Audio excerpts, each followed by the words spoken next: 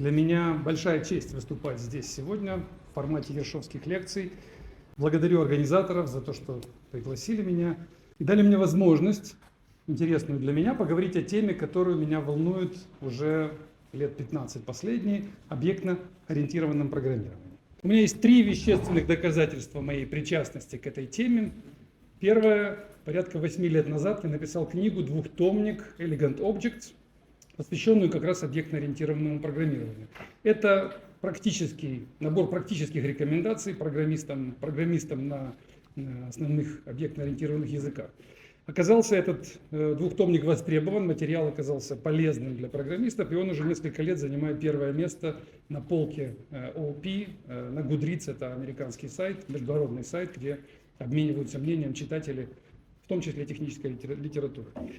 Второе – это фреймворк Takes, который я вместе с коллегами создал порядка 6-7 лет назад. Он написан на Java с учетом тех принципов, которые изложены в этом двухтомнике. То есть принципов, как мне кажется, чистого объектно-ориентированного программирования. И последние, наверное, года 4 активно являюсь соавтором, разработчиком языка программирования EOLang, который постулирует и пытается показать некие новые подходы, как нам кажется, правильные подходы объектно-ориентированного программирования. Мы о нем тоже сегодня немного поговорим. Какова структура доклада? Сначала мы поговорим в первой части, так условно доклад разделил я на 3 части. Сначала поговорим о том, какой прекрасный мир объектов существует, объектно-ориентированного программирования. Затем посмотрим, как тяжело объектам в этом мире жить, как не все так прекрасно, как нам хотелось бы. Ну и в конце расскажу о том, как мы пытаемся помочь объектам и как у нас, к сожалению, не всегда получается это сделать. В идеале, конечно, для меня целью этого доклада было бы пробудить в вас интерес к этой тематике, и, возможно, кто-то из вас захочет стать соучастником, соавтором наших исследований и помочь нам решить ту проблему, о которой я вам сегодня расскажу. В докладе я дам постановку проблемы. Я не покажу вам, как мы ее решаем, потому что ее пока решить не мы, никто в мире решить не может. Может быть, кому-то из вас станет интересно, и вы к нам присоединитесь. Короткое предупреждение перед началом. Некоторые вещи, которые я вам скажу сегодня, вам могут не понравиться. Особенно если вы программист, особенно если программист на одном из основных языков программирования. Вы, возможно, с чем-то будете не согласны. Я вас призываю продержаться до конца лекции, до секции «Вопросы и ответы». Не прерывать, не тормозить, потому что вы, скорее всего, будете не согласны. Если мы будем прерываться, то получится тяжело. Но будьте готовы к тому, что несогласие будет, и оно должно быть воспринято нормально. Итак, сначала немножко истории, наверняка вы ее знаете, тем не менее я повторюсь. 3 основных языка программирования, которые, как я понимаю, определили, что такое объектно-ориентированное программирование. Первый – это язык Simula, который был создан приблизительно в 1965 году для симуляции процессов реального мира. Для Монте-Карло анализа, это такой метод симуляции, метод предсказания того, что может получиться в результате наступления определенных событий, был придуман язык, и этим авторам показалось, что можно из этого симуляционного эксперимента сделать нечто большее, сделать язык программирования. Тогда это было воспринято не очень дружелюбно, не очень много энтузиазма вызвало у коллег, и этот язык так и остался, в общем-то, языком таким больше теоретическим. Тем не менее, это был первый объектно-ориентированный язык, в котором было предложено понятие объекта, класса, подкласса, наследования виртуальных методов.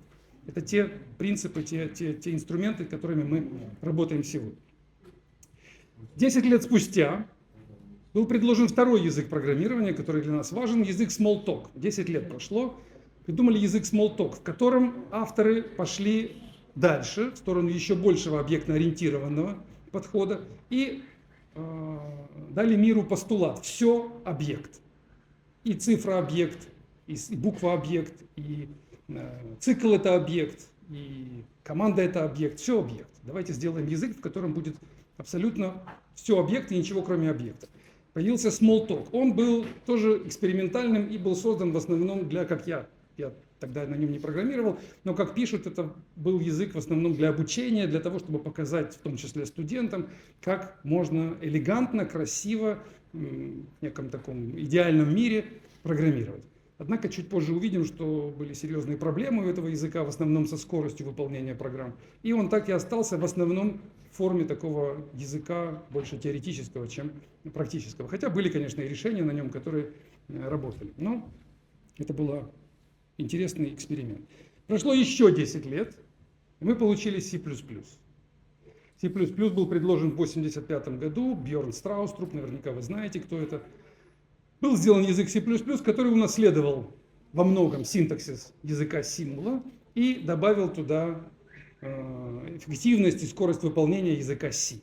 И, наконец-то, объектно-ориентированное программирование получило доступ к реальным программистам. Мы, наконец-то, стали иметь возможность, получили возможность писать на практическом ООП, и у нас эти программы заработали, и заработали относительно быстро.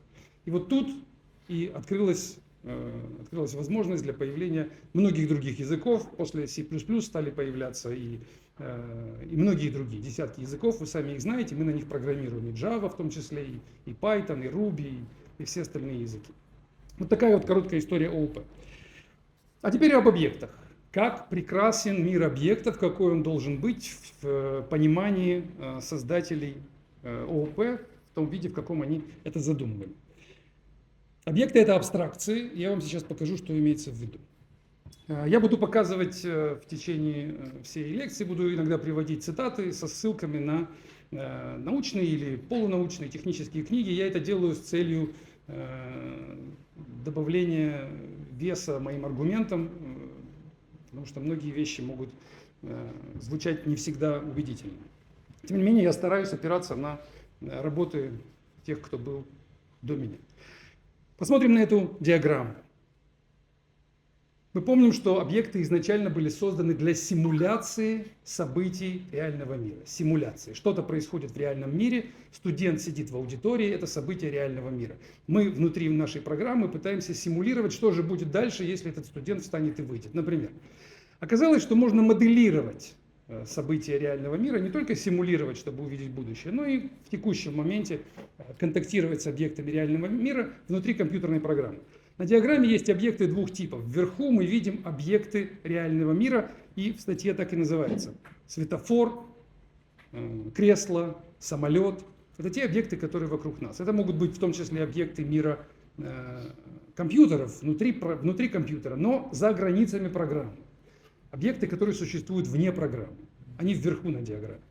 А в нижней части диаграммы объекты, которые мы создали внутри нашего Java-кода. Каждый объект, условно написанный на Java, который снизу, является представителем прокси или абстракцией объекта реального мира. В реальном мире у нас есть студент, который слушает лекцию. Внутри компьютерной программы у нас есть объект student, у которого есть методы, атрибуты и какое-то поведение. И вот этот маппинг, это соответствие между объектами программы и объектами реального мира, и есть задача программиста построить эту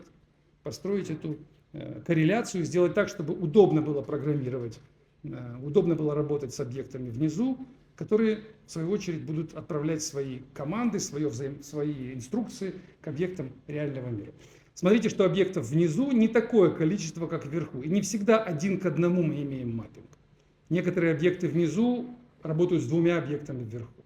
Один объект student может вполне себе обращаться в несколько объектов реального мира. Например, в базу данных, например, в файл, и одновременно еще и в мобильный телефон пользователя, например, студент.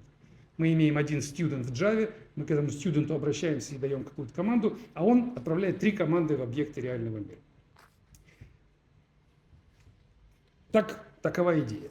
И это возможность абстрагировать, создание абстракции внутри программы, абстракции событий или объектов реального мира, и есть основная фишка, основное достоинство, основной инструмент ООП. В императивном программировании, в процедурном, например, в языке Pascal, этого нет. Как утверждают авторы, я, в общем-то, с этим согласен. Или это сложно создать. Вы тоже можете определенную абстракцию создать, например, в виде процедуры. Вы можете сказать, что процедура – это тоже в какой-то степени абстракция студента, но значительно менее интуитивно это выглядит. Объекты дали нам возможность создавать такие абстракции. Оказалось, что это очень интуитивно. Студент в реальном мире, студент внутри Java. И это нас отличает от императивного программирования.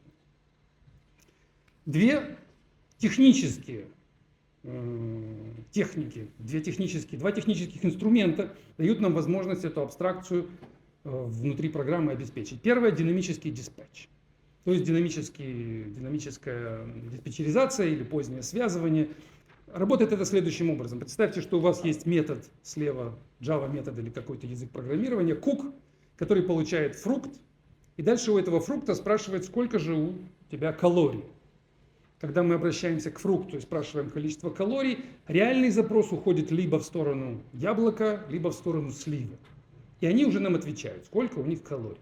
Как именно реализован функционал метода calories, зависит от конкретной имплементации.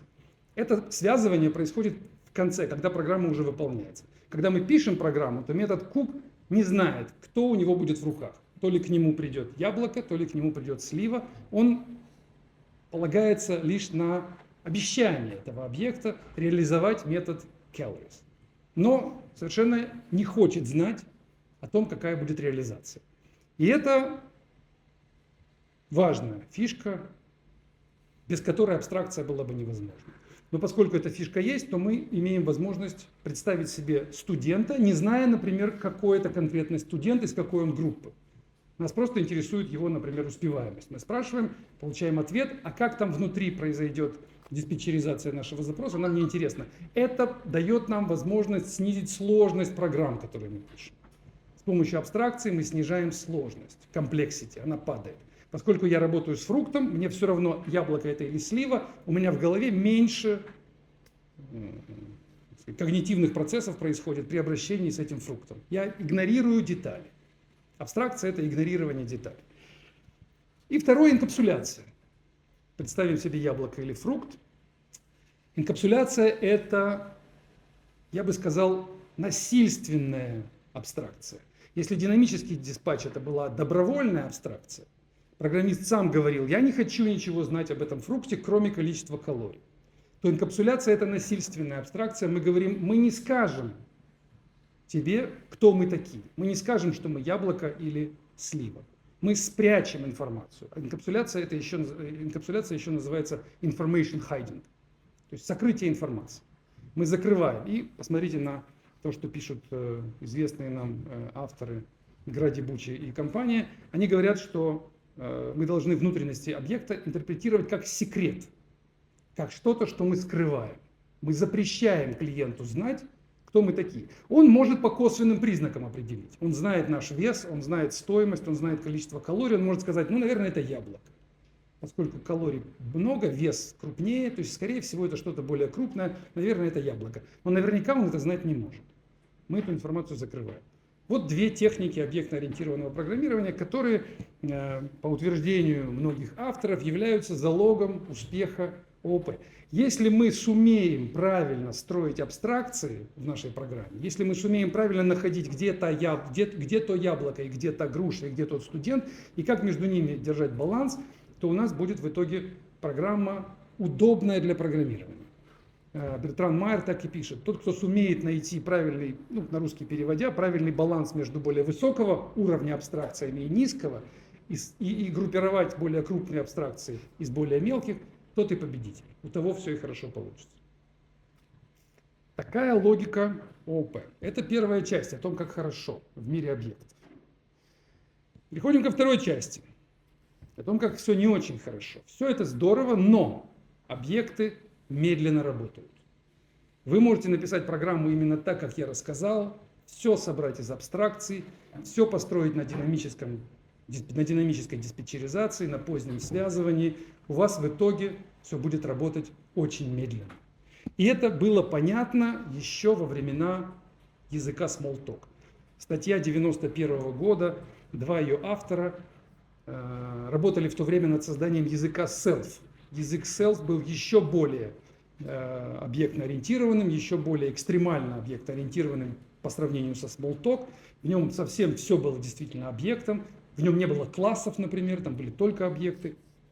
И они говорят, что объекты удобны для программиста, но очень неудобны для компьютера. Объекты работают медленно, компьютер не понимает, как их ускорить, как сделать так, чтобы все это шевелилось с такой же скоростью, как язык C.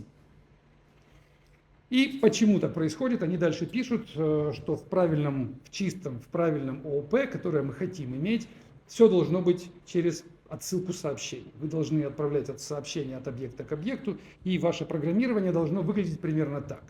Слева, вместо того, чтобы писать А плюс Б, вы должны писать А точка плюс Б. Вы должны брать объект А, отправлять к нему сообщение плюс, он должен получать ваше сообщение, получать аргумент вместе с этим сообщением, складывать А плюс Б, возвращать вам результат.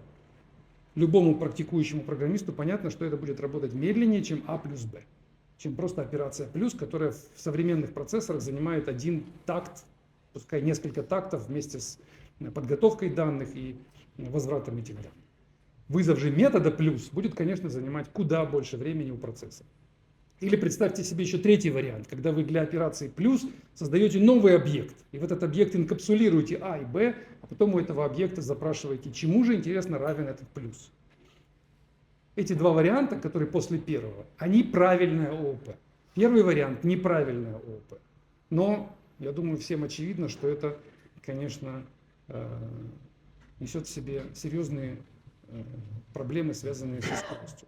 Кстати, эти люди, которые работали над языком Self, те двое, которых я упомянул выше, они работают в компании Google сейчас, а этих, кого я цитирую, один из них является техническим директором компании Google. То есть эти люди, они занимались интересной задачей, пытаясь ускорить объектно-ориентированное программирование, у них не получилось, как мы увидим позже. Но вопрос этот стоял давно, еще в 90-х, в начале 90-х годов, 91-е годы. Тогда это стало понятно. Немножко конкретики. Покажу вам чуть более позднюю статью, 99-й год. Тоже текущий сотрудник Google сейчас, Джефф Пайпер. Они провели исследование, чтобы показать на цифрах, действительно ли, насколько это медленнее.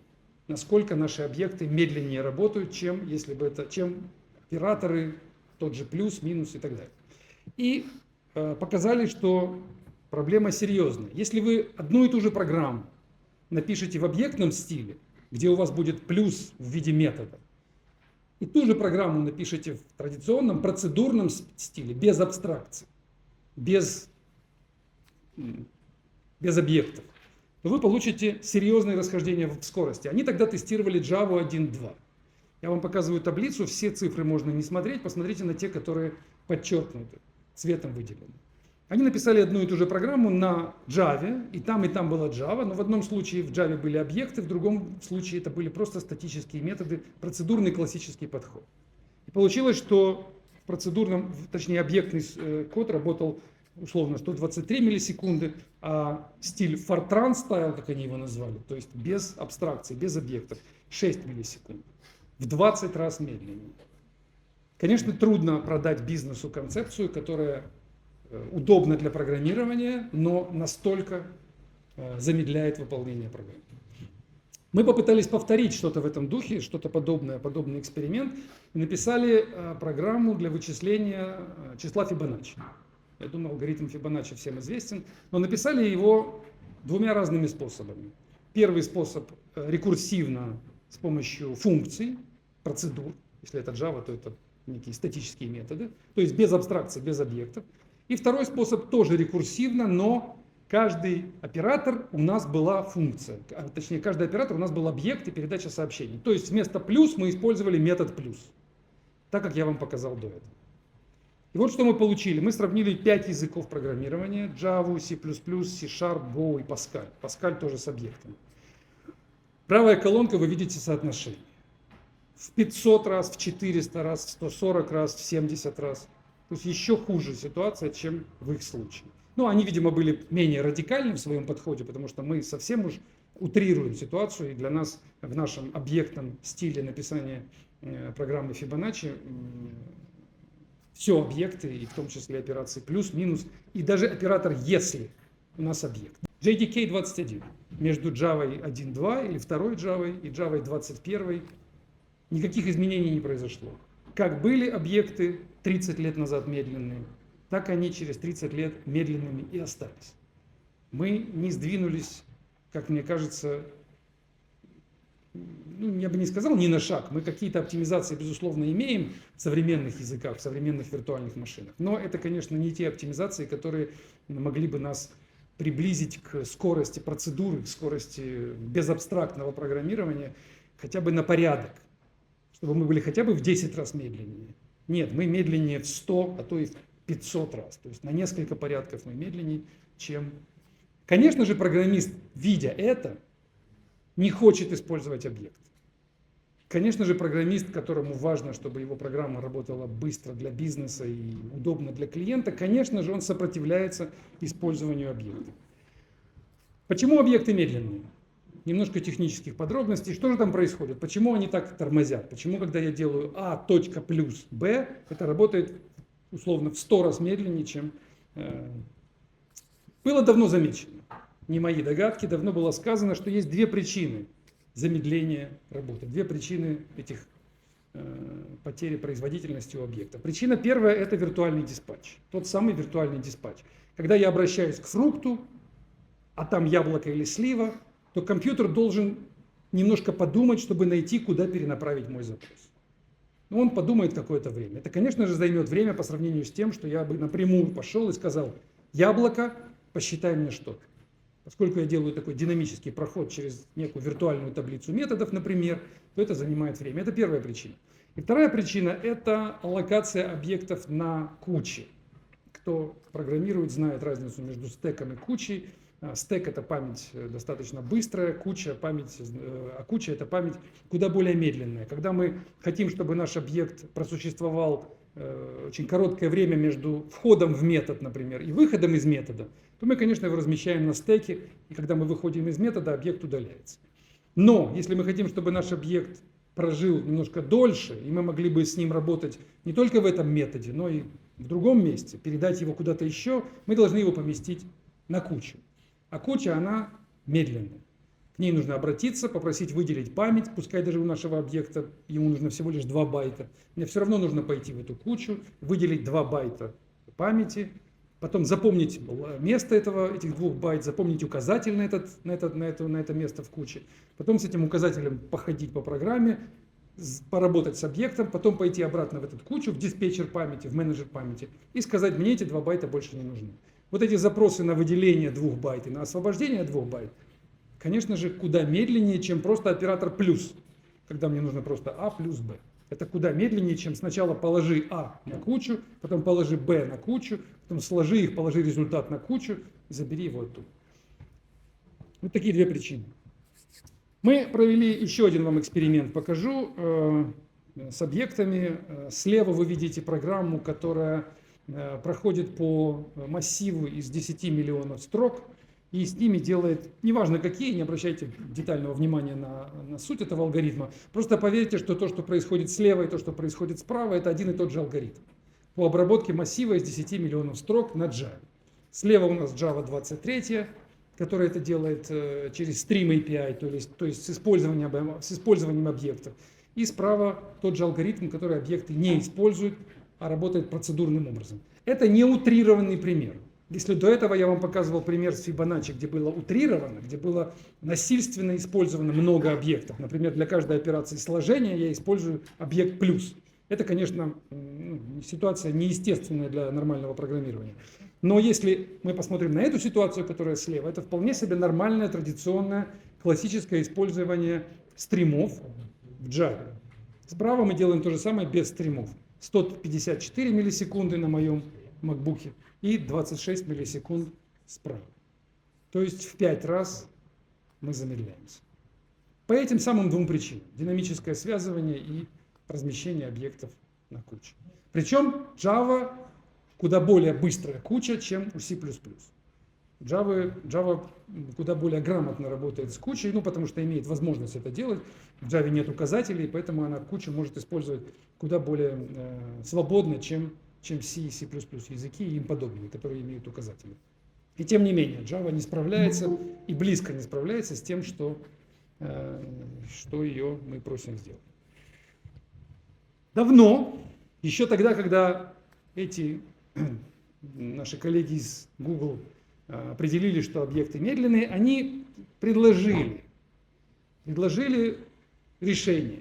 Они не предложили его, но они направили нас, как будущих ученых, в ту сторону, куда нужно идти. Они сказали, мы не можем ускорить, мы не можем отказаться от использования объектов, но мы не хотим их ускорять на уровне языка. Мы хотим, чтобы компилятор, понимая, что мы используем объекты, во время компиляции превращал их обратно в операторы, в плюс и в минус. То есть, чтобы я писал А точка плюс Б, а компилятор соображал, что происходит, и компилировал это так, как будто бы я написал А, оператор плюс и Б. Это было понятно еще в 1999 году. Тогда они сказали, давайте думать над созданием таких компиляторов, которые бы уменьшали количество объектно-ориентированного кода в скомпилированном бинарнике, оставляя при этом возможность программисту писать объектно-ориентированно. Однако этого не произошло. Мы по этому пути как будто бы не особо пошли. Куда мы пошли? По какому пути мы пошли? Сейчас самая интересная часть. Мы пошли по пути написания процедурных программ, императивных программ без абстракций, с использованием синтаксиса объектно-ориентированных языков. Роберт Мартин сформулировал это прекрасно. Он говорит, хотя мы и имеем Java, C++, Ruby и все остальные объектно-ориентированные языки, тем не менее мы пишем по-прежнему код, состоящий из последовательностей, селекций, итераций. То есть мы по-прежнему делаем цикл for, while, loop, вы все это знаете. Мы не создаем объект, который итерирует. Мы не используем стримы. Мы пишем for от 1 до 20 и перебираем значения. Как это делалось в языках Algol, Fortran, языках до объектно-ориентированной парадигмы. Вот что происходит, к сожалению.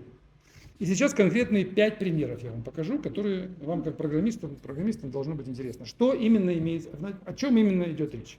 Где мы не используем ООП. Первое. Статические методы. Или эгоцентричные статические методы. Так их называет Дэвид Уэст, автор одной из книг по объектному мышлению. В Java слева вверху вы видите, как мы делаем. Наверняка многие из вас понимают, что происходит. Нам нужно сохранить какую-то строку в файл. Мы превращаем эту строку в байты. И дальше обращаемся к статическому методу write. И говорим ему, вот файл, вот строка, сохраняй.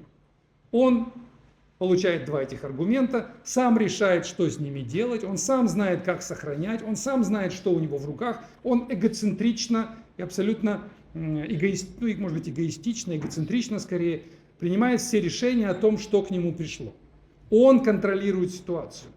Не объекты, которые еще вчера были объектами, до того, как попасть к нему в руки, а он, игнорируя всю инкапсуляцию, игнорируя все, что у них внутри, он просто берет те данные, которые к нему пришли, и сохраняет их. Более грамотный, более объектно-ориентированный дизайн на примере слева внизу. Мы конвертируем строку в байты, а дальше эти байты нам и позволяют сохранить себя в файл. Мы обращаемся к байтам и говорим, сохраните-ка себя в файл. Они сами разберутся, как это сделать. Они знают, каковы они. У них знания о себе инкапсулированы. Они скрывают. Для нас это секрет, как они будут сохранять себя в файл. И этот дизайн называется абстракцией. Дизайн сверху называется процедурным императивным программированием, ничего общего не имеющим с ООП. Да, он написан в синтаксисе Java.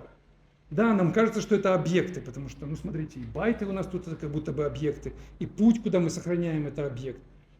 Но мы потеряли абстракцию, потому что достали данные, проигнорировали инкапсуляцию и дальше работаем с данными, а не с объектом. Первая большая беда ООП современного – это наличие статических методов и их интенсивное использование программистами. Почему это программисты делают? Да потому что медленно будет работать код, который снизу слева написан. Код, который сверху работает быстрее, который слева, который снизу медленнее. Конечно, программисты выбирают первый вариант, теряя объектно-ориентированность. Даже не буду спрашивать, как вы программируете, в первом варианте или во втором. Я предполагаю, потому что я тоже программирую в первом варианте очень часто, потому что фреймворки так написаны, потому что Java нам предоставляет метод write в классе files, статический метод. Потому что нет у нас возможности делать по-другому массово, потому что фреймворки, которые созданы, и библиотеки, которые разработаны за последние 30 лет, они все сделаны в парадигме Algol в синтаксисе Java, Algol в синтаксисе Python, Algol в синтаксисе JavaScript. Все сделаны так, что компьютеры не понимают наше объектно-ориентированное решение, и поэтому мы все от него отказываемся, фреймворки от него отказываются ради ускорения. Но программисты, не понимая, почему так произошло, берут на веру решения фреймворков. Они открывают JDK, находят метод write и думают, что это и есть ООП. Ведь мы же в Java программируем. Я беру JDK, открываю, вот мой метод. А как еще сохранить файл? Нет же возможностей других. Нижний пример, он же не работает. У класса же bytes нет возможности сохранить файл. Он не имплементирован там, этот метод. Вот мы имеем, программисты думают, особенно молодые, думают, что это и есть ООП. Но это не есть ООП. Это есть срезание углов ради скорости. Вторая проблема – null. Null, или как один из, или главный автор этой концепции называет эту технику в программировании ошибка на $1 миллиард. Может быть, кто-то слышал этот доклад Тони Хоар, который он сделал в 2009 году, где он рассказал, как появился этот null в одном из ранних языков программирования объектном. Он говорит, что это ошибка. Предложив этот null в мир объектов, он совершил огромную ошибку, но мы этого уже не понимаем. Современные студенты пишут, используя null, не зная об этом докладе, который случился 15 лет назад, и думая, что null это нормальная практика. Смотрим на код слева, вверху. Мы обращаемся куда-нибудь, например, в базу данных и говорим, достаньте-ка нам юзера под номером 42.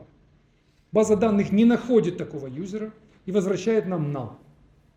Мы для того, чтобы сообразить, что произошло, мы сравниваем, а пришел ли нам юзер или пришел к нам null. И если пришел null, то мы, например, возвращаем not found. Возвращаем ситуацию ошибки.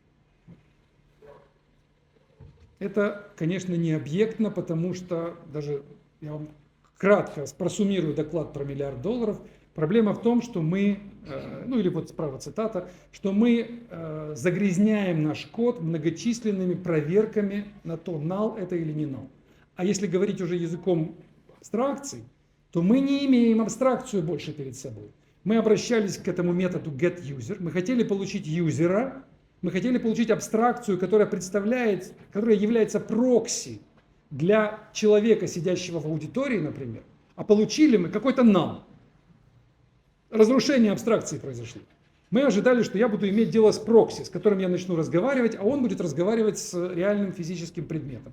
А он у меня в руках разваливается. Вместо того, чтобы получить устойчивую сущность, я имею какой-то null, с которым мне приходится действовать каким-то альтернативным способом. Я должен понимать, что не каждой абстракции я могу доверять в своей программе. Какая-то абстракция у меня действительно живая, я к ней обращаюсь, и она гарантированно будет представлять интересы этого студента или пользователя, как в этом случае. А другая абстракция упадет в рантайме. Я к ней обращусь, а получу null pointer exception. Вот эта двойственность, она не имеет места в объектно-ориентированном программировании, но очень неплохо себя чувствует в языке Java. Я такой твит опубликовал в 2018 году. Провели мы сравнение очень короткое. Взяли Spring Framework, Spring Boot Framework и посмотрели, сколько у них использований слова null на всю их библиотеку. У них 4100 Java файлов. Они используют слово null каждые 35 строчек кода. Каждые 35 строчек. У вас на экране, на компьютере примерно помещается строчек 70, когда вы открываете экран. Может быть, даже у кого как под 100. И вот вы откроете экран, и в каждом экране, внутри Spring Framework, каждый экран будет 3 раза упомянуто слово null. Вот так мы пишем. Понимая, что это ошибка на $1 миллиард, и мы эту ошибку повторяем, Spring Boot Framework это современный фреймворк, которым многие пользуются. Вот такое качество у нас программирования. Не в том смысле, что это качество, что не работает Spring Boot Framework. Он работает. Он работает, и сотни тысяч приложений на нем написано. Но абстракция, которые были заложены, идея абстракции, которая была заложена еще в 1965 году, начиная с Simula, а потом Smalltalk, а потом C++, она утеряна, утрачена. Для примера мы приводим наш собственный фреймворк Takes, в котором тоже Java, в нем меньше, конечно, файлов, примерно наверное, в 5-6 раз. Но у нас null используется каждые 2700 строк. То есть совершенно другое соотношение. Мы null используем буквально несколько раз за весь фреймворк, может быть 3-4, какое-то счетное количество раз. Совершенно другой стиль программирования. Что мы имеем в результате? Мы работаем медленнее. Если вы напишете программу на TX или напишите на Spring Boot, то, скорее всего, во многих случаях TX будет работать медленнее. Хотя мы очень старались сделать его быстрым, но в некоторых местах он будет тормозить больше, чем Spring Boot. Мы не говорим, что Spring Boot программисты плохие, неграмотные. Они грамотные, они стараются сделать быстрее. Проблема в виртуальной машине, проблема в оборудовании, скорее всего, проблема в слое ниже, который находится под программистами, который мешает программисту писать быстро, используя абстракции. Третья проблема. Implementation inheritance. Я думаю, об этом многие слышали, что inheritance – это вредная штука в объектно-ориентированном программировании. Речь идет не о сабтипах, не о сабтайпинге, не о полиморфизме, а именно о implementation inheritance. Когда вы имеете один класс, потом вы хотите сделать другой класс, который во многом похож на тот, который вы уже имеете, но добавляет к нему определенные свойства. Допустим, у вас есть яблоко, и вы хотите сделать вкусное яблоко. Для того, чтобы сделать вкусное яблоко, я думаю, большинство скажет, ну, конечно, нам нужно наследование. Нам нужно взять яблоко, потом написать extends в Java и сделать из него вкусное яблоко. Или, например, у вас есть книга, которая extended file. В книге есть метод, точнее, в классе file есть метод read. Вы хотите сделать книгу, которая нечто большее, чем просто файл. Вы берете файл, от него наследуете и получаете книгу. Это порочная практика. Порочная практика, которая тоже появилась во многом из-за желания программиста ускорить работу. Потому что inheritance, он, конечно же, будет быстрее работать, чем, например, композиция. Когда мы берем файл и вкладываем его внутрь книги как зависимость, как атрибут. Ну, опять же, цитата книги Эрик Гамма, это Gang of Four, известная книга. Они говорят, что если вы будете использовать inheritance, то очень быстро и, скорее всего, ваши классы придут, ваши, так сказать, иерархии ваших классов придут к состоянию неуправляемых монстров, и жить вам станет плохо. Общая рекомендация, конечно же, не использовать inheritance. Это наименьший вред. Эта техника оказывает наименьший вред, мне кажется, на скорость. Она наименее опасная в плане замедления программ, поэтому ее стоит принимать как есть. Отказаться от inheritance, вообще в принципе отказаться от слова extends в Java как такового. Использовать только композицию. Вам нужно расширить свойства этого объекта, сделайте другой объект, положите тот оригинальный объект внутрь как атрибут и обращайтесь к нему как к зависимости, заворачивая, наслаивая на него дополнительный функционал. Да, четвертая проблема. Это я вам даю 5 проблем, которые вам дадут практический смысл в этом докладе. Не только теоретические, а для вас, как для программистов, вполне практические советы. Первое, я сказал, не используем статические методы по возможности. Как только вы видите, что вы используете статику, подумайте, что вы отказываетесь от абстракции. Не делайте этого. Только если какие-то экстремальные случаи, действительно необходимости ускорить что-то значительно серьезно в этом месте. Второе, отказываемся от null, от null. Отказываемся. Третье, убираем implementation inheritance. Четвертое, это typecasting или reflection. Когда мы в рантайме спрашиваем у объекта, кто он, то ли он яблоко, то ли он слива. И это, конечно, грубое нарушение принципов абстракции и принципов инкапсуляции. Мы говорили о том, что инкапсуляция и полиморфизм в целом созданы для того, чтобы клиента, который вызывает метод на объекте, отгородить от имплементации, не говорить ему, кто мы, чтобы он не знал, яблоко я или слива, чтобы он знал, что я фрукт, и у меня есть калории. Нужны будут калории, спрашивать. Но наш метод слева вверху делает не так. Он спрашивает, а яблоко ли ты? Ах, если ты яблоко, тогда скажи свой цвет. А если ты не яблоко, ну тогда цвет твой я спрашивать не буду. Таким образом, мы лишаем возможности того, кто присылает к нам этот фрукт, как-то влиять на этот процесс. Если раньше, когда он понимал, что мы такого не сделаем, допустим, наш язык вообще бы запрещал это, то он бы понимал, тот, кто присылает к нам фрукт, что никто не спросит, фрукт он или не, яблоко он или слива. Будут просто спрашивать, дай цвет. И он уже сам сможет контролировать это поведение. Он сам скажет, что если меня спросят о цвете, то я скажу unknown. А если я буду яблоком, то я скажу, какой у меня цвет. То есть мы, если делаем таким образом, как слева вверху, мы разрушаем инкапсуляцию, выносим наружу имплементацию объекта и разрешаем клиенту работать с нашими внутренностями, принимать решения за нас.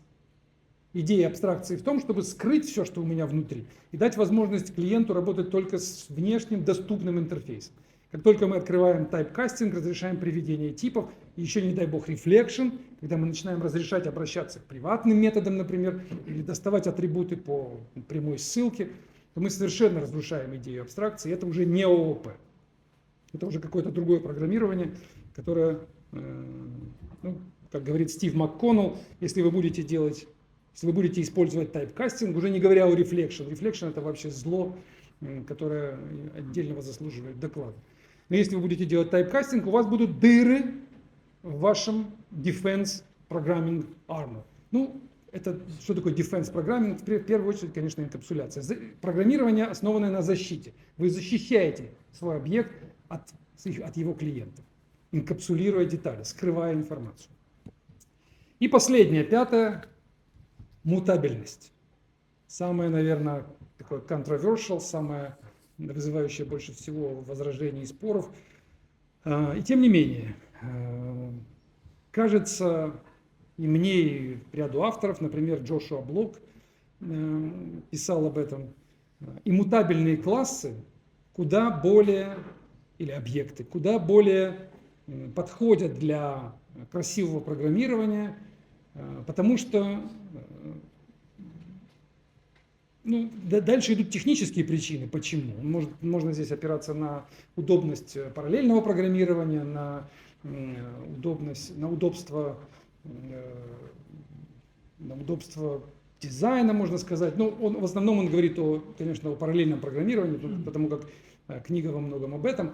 Я думаю, что можно копнуть глубже. Когда у нас объекты мутабельные, как на примере слева вверху, когда мы берем circle, например, круг, и дальше этому кругу говорим, радиус у тебя теперь такой, а цвет у тебя, например, такой. Мы этому объекту, обращаясь с ним таким образом, мы разрушаем его целостность этой абстракции. Мы не говорим ему, как в примере снизу. Например, у нас есть объект, к примеру, чуть отойдем от этого примера, пример студент. И я говорю этому объекту, ну-ка, перейди в другую группу. Обращаясь к нему таким образом, этот запрос уходит куда-то во внешний мир, студент каким-то образом переходит в другую группу, и объект знает о том, что студент перешел. Это экологичный, правильный способ взаимодействия с объектом. Запрос или message, в ответ реакция. Но если же я не отправляю сообщение, а просто говорю внутрь объекта, установи-ка себе новый локейшн. Ты был в группе А, а теперь стань в группе Б. Таким образом, я как будто бы я как будто бы обхожу все возможные внутренние механизмы этого объекта, а просто насильственным образом устанавливаю внутрь него новое состояние. Я таким образом его воспринимаю не как абстракцию, не как что-то закрытое от внешнего воздействия и внутри себя инкапсулирующее детали, а просто воспринимаю его как структуру данных, как большое количество или некое количество элементов в памяти, я просто физическим образом устанавливаю туда некое значение, и объект узнает об этом последним. Если я к нему завтра приду с каким-то запросом на что-нибудь сделать для меня, то он удивительным образом узнает, что перед этим ему что-то внутрь уже воткнули, о чем он и не знал даже. То есть мы его воспринимаем не как целостную структуру, которая такой же объект, как объект реального мира. А для нас это просто холдер или хранилище элементов данных. И, тут, говорить долго не нужно о том, что пример, который снизу, конечно же, будет работать значительно медленнее, чем пример, который сверху. Иммутабельность – это главный враг скорости. Если вы напишете программу, где все ваши объекты будут иммутабельные, то есть каждый раз, когда вам нужно что-то изменить в объекте, вы будете приходить к объекту и говорить, ну-ка поменяйся. И, скорее всего, он будет вам в ответ возвращать новый объект, который поменялся. Вы будете говорить, яблоко, давай-ка поменяем цвет. Она будет говорить, конечно, вот вам новое яблоко с новым цветом. И это будет приводить к такому эффекту рождения большого количества временных объектов. Сначала вы создаете, например, посмотрите на пример слева.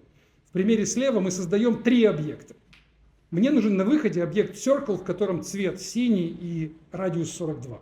Для этого в нижнем примере я сделал 3 объекта. Сначала я сделал new circle с какими-то дефолтными параметрами. Потом я сказал, сделай-ка resize. Что resize вернул? Новый объект circle, предыдущий забыли, выбросили. Потом я говорю repaint, он возвращает новый объект, этот объект выбросили.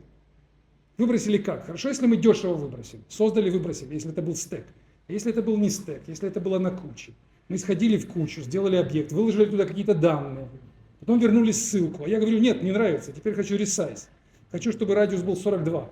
Мы сходили на кучу, сказали, удали тот. Создаем новый, скопируй данные из предыдущего объекта. Положи туда цифру 42, возвращай ссылку. Я говорю, спасибо, а теперь цвет еще поменяй. Мы опять пошли туда же и сделали то же самое. 3 операции. То, что сверху, конечно, выполняется в 3 раза быстрее. Но элегантность и красота у нижнего примера куда выше. Ну вот такие 5 историй. Короткая цитата от Дэвида Уэста, в которой он говорит в своей книге о том, что то, что мы имеем сейчас в области объектно-ориентированного программирования, это очень далеко от того, что мы хотели бы иметь когда-то, и чего мы так и не получили. Более того, он говорит, что это anti-ethical. Это вообще не этично, то, что мы делаем, по отношению к задумке изначально. То есть то, что люди придумали 40 лет назад в языке Smalltalk, в языке символа, мы с этим поступили неэтично.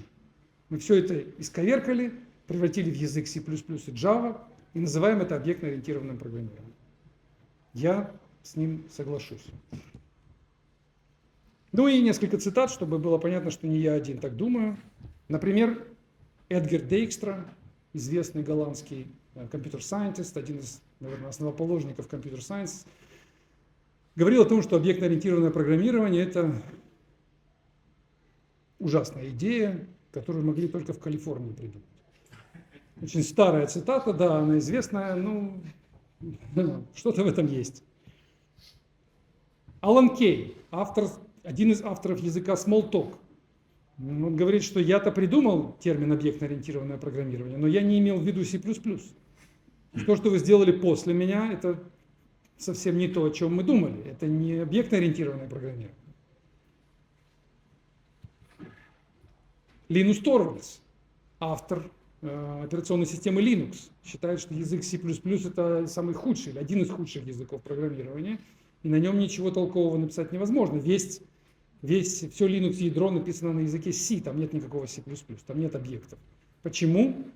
Ну, им кажется, что это, видимо, объектно-ориентированное программирование не совсем так хорошо, как оно задумывалось. Я вам рассказал почему, вот они говорят что-то похожее. Джефф Атвуд – это один из создателей StackOverflow.com. Stack Overflow знаете, наверное, да? Это сайт, на котором мы задаем вопросы, да, и получаем ответы. У них, он считает, что объектно-ориентированное программирование создает больше проблем, чем решает. А, наверное, он понимает, что он говорит, потому что система у них работает отлично. Stack Overflow больше 15 лет в онлайне, работает как один из самых быстрых веб-сайтов, наверное, технических. Так что что-то в этом есть. Ну и последнее. Рик Хайки, это создатель языка Clojure. Он в одном из подкастов сказал, что то, что вы имеете при создании больших объектно-ориентированных программ, это композиция из большого количества мутабельных объектов.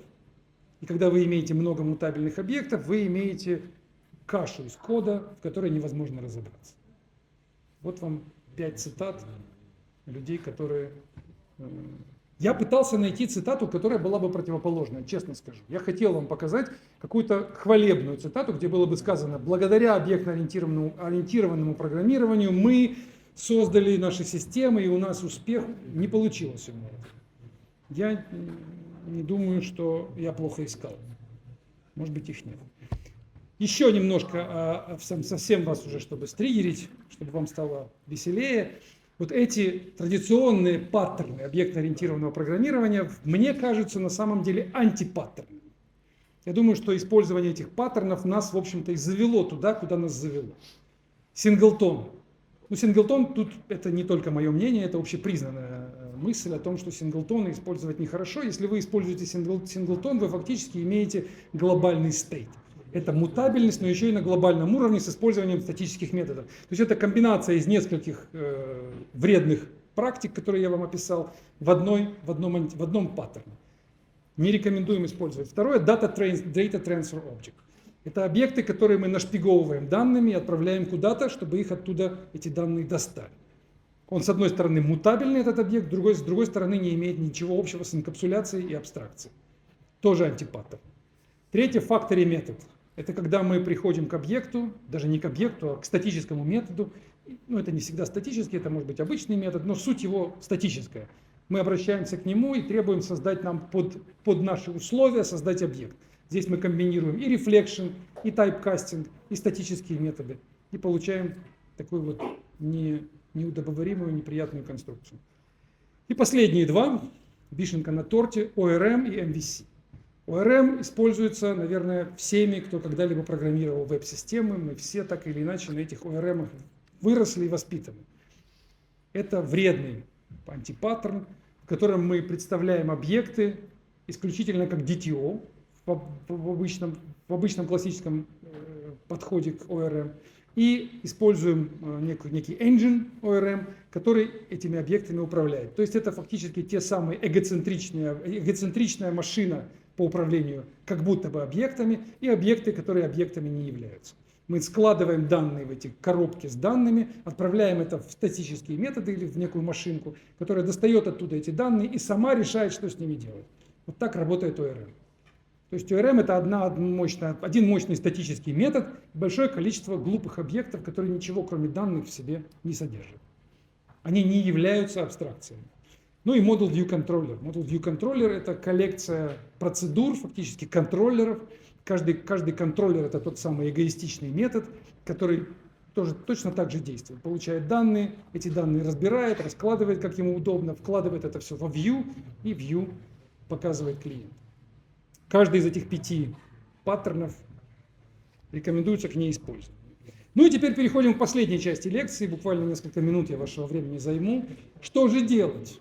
Что с этим всем делать? Да, как мы можем справиться с этим?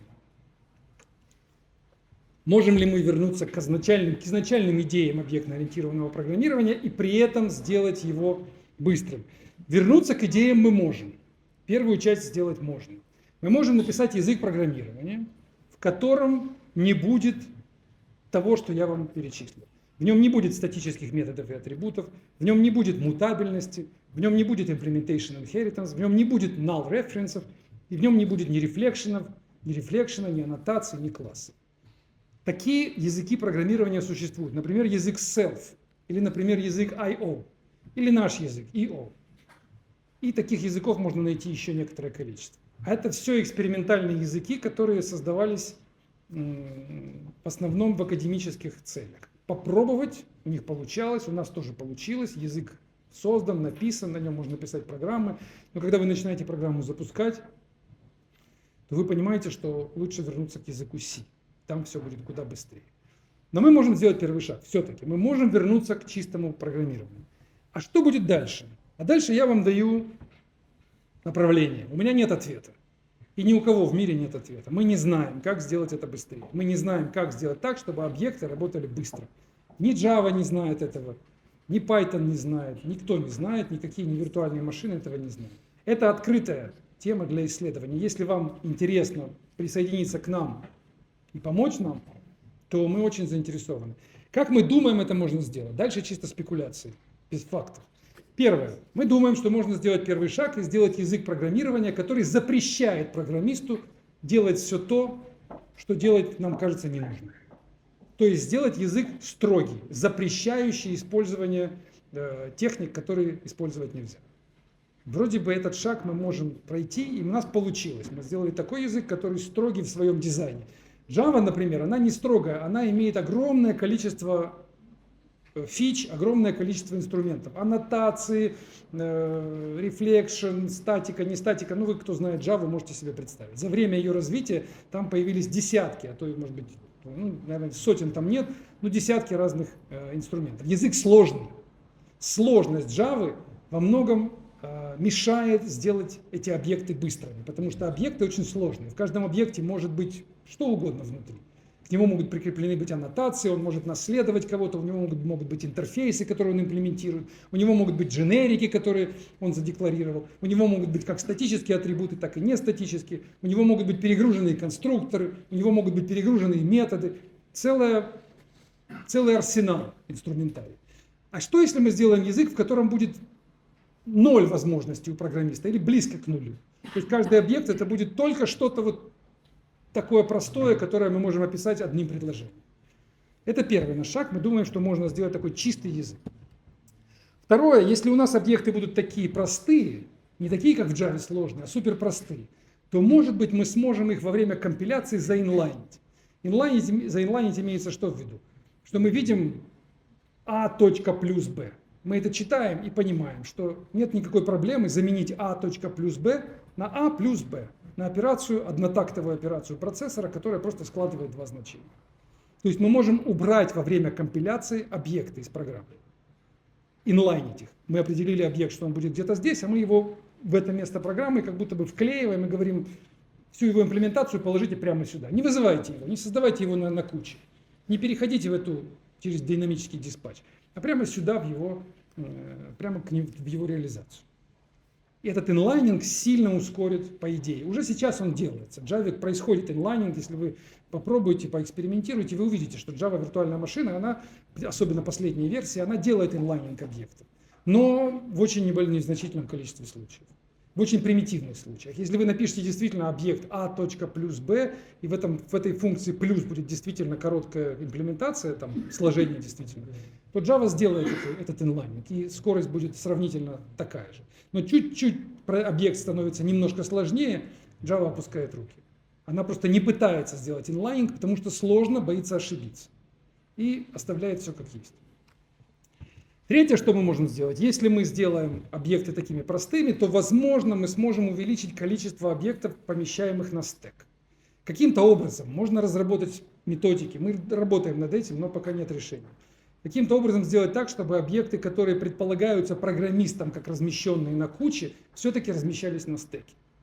То ли, может быть, для этого можно программу оптимизировать, глядя на алгоритм, понимая, что этот объект не нужен на куче. Программист его положил на кучу, но мы понимаем, что сделал это он излишним, нет необходимости в этом. Объект не будет жить так долго, он проживет только то время, которое находится в методе.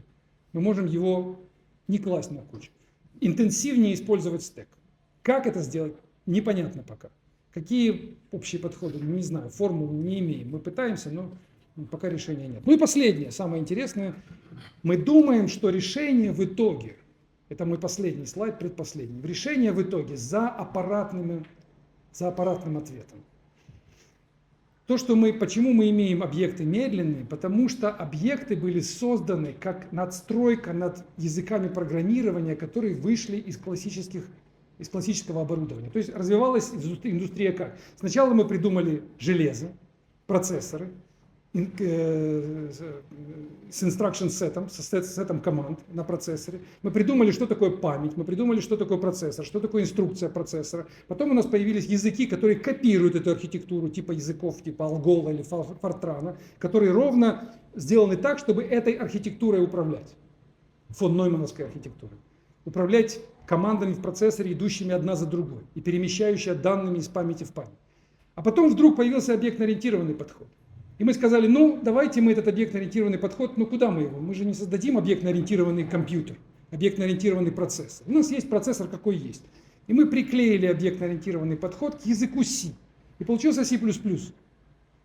Вместо того, чтобы, в идеале, сказать, окей, вы со своим C живите, как живете, со своим оборудованием, а мы придумаем новый процессор, объектно-ориентированный, который умеет делать new, который умеет динамический диспатч, который умеет инкапсуляцию, который умеет полиморфизм, который построен так, чтобы делать именно это.